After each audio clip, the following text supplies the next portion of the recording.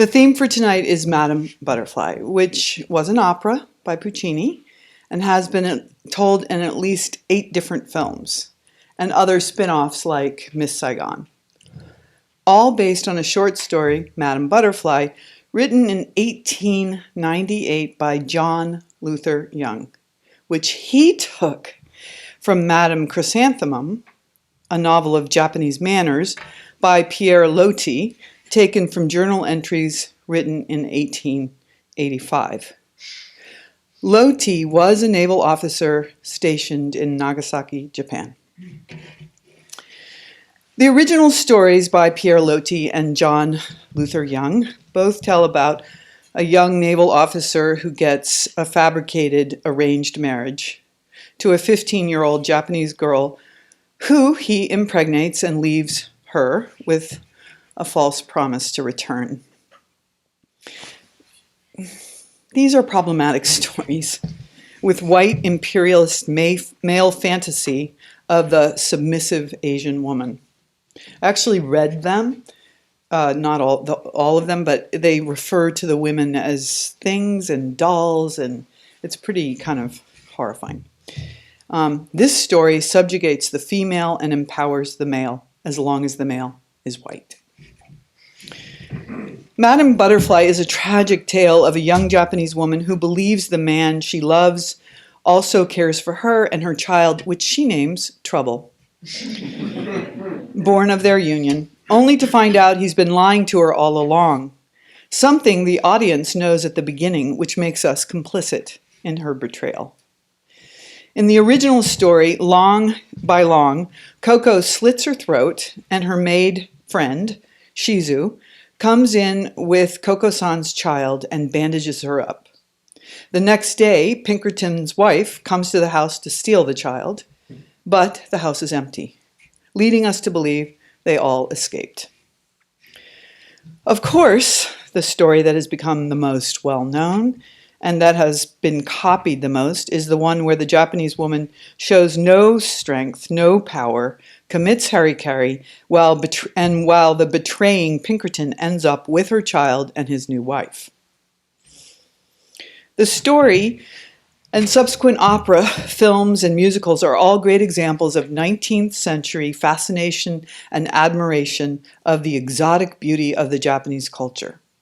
The sets and the costumes are extraordinarily gorgeous. The music is haunting and exquisite, all seen through the lens of imperialism, and because of that, it rings a little bit hollow, or a lot bit hollow. And if the audience is awake, we know that we too have betrayed the young Coco-san by our appropriation of her culture.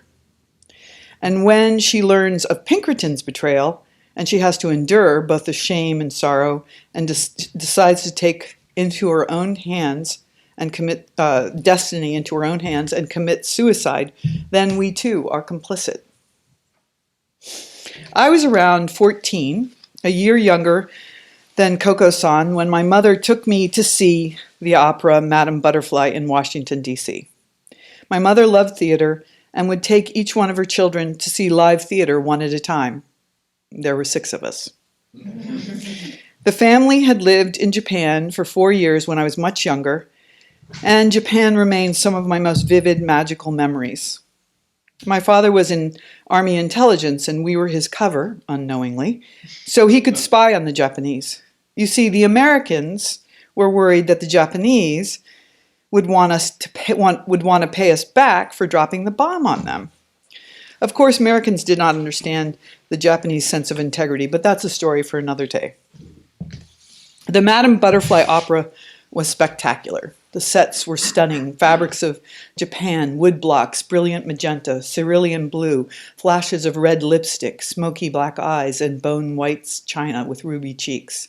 Fans with bamboo and black hair swept up, accenting the nape of the female neck. I soaked in the music and the costumes, which brought me back to the cherry blossoms and white kimono tabi socks, and to all the days I spent in Japan, which to this day is the height of my childhood.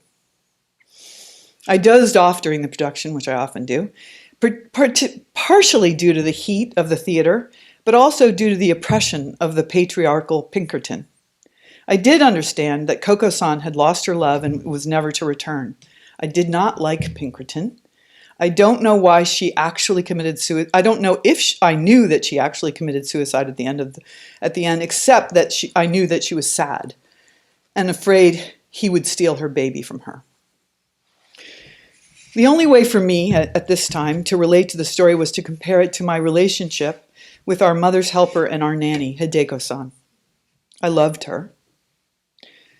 She was beautiful and quiet. She took me to her friend's house to learn about the Japanese lifestyle. Her friend was a geisha and taught me fan dancing. And this is the kimono I wore at about 7. And it's beautiful. And I was actually on television. We all gathered, we didn't really have TV then.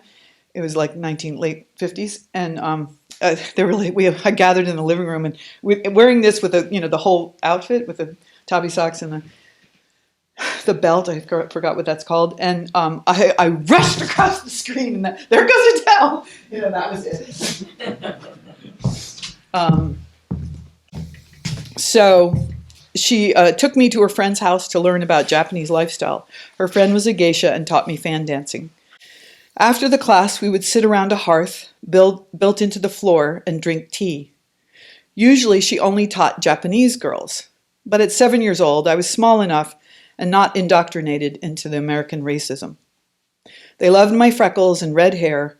Hideko-san also took me to the baths, which I thought were an indoor swimming pool. I hated when she left us to go home. Her hands were cool, and she braided my crazy red hair into submission. What I know is my mother asked Hideko-san to come back to the States with us when we had to return. And I remember wanting Hideko-san to never leave my side. But she demurred. Now I know she chose wisely not to leave her country and her rich culture. We did not have a life to offer her. But the tie-in with Madame Butterfly for me is that Chojo-san waits for a savior. Hideko-san does not take the offer to be saved, because we don't want to be saved by something outside ourselves. All we want is freedom, the freedom to be. I'm sad that I could not go back to see her, and I believe that Hideko-san knew I loved her without guile, and it was clear she loved me without lies or betrayal.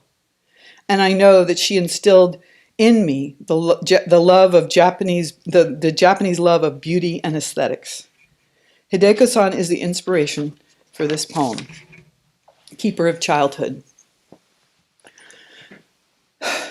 Shadows gently fall on rice paper screens. Goldfishes' tails flicker orange feathers. Hideko-san, we swept into your quiet life.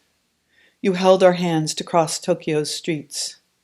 You watched over us playing stick legs playing kick the can in back alleys.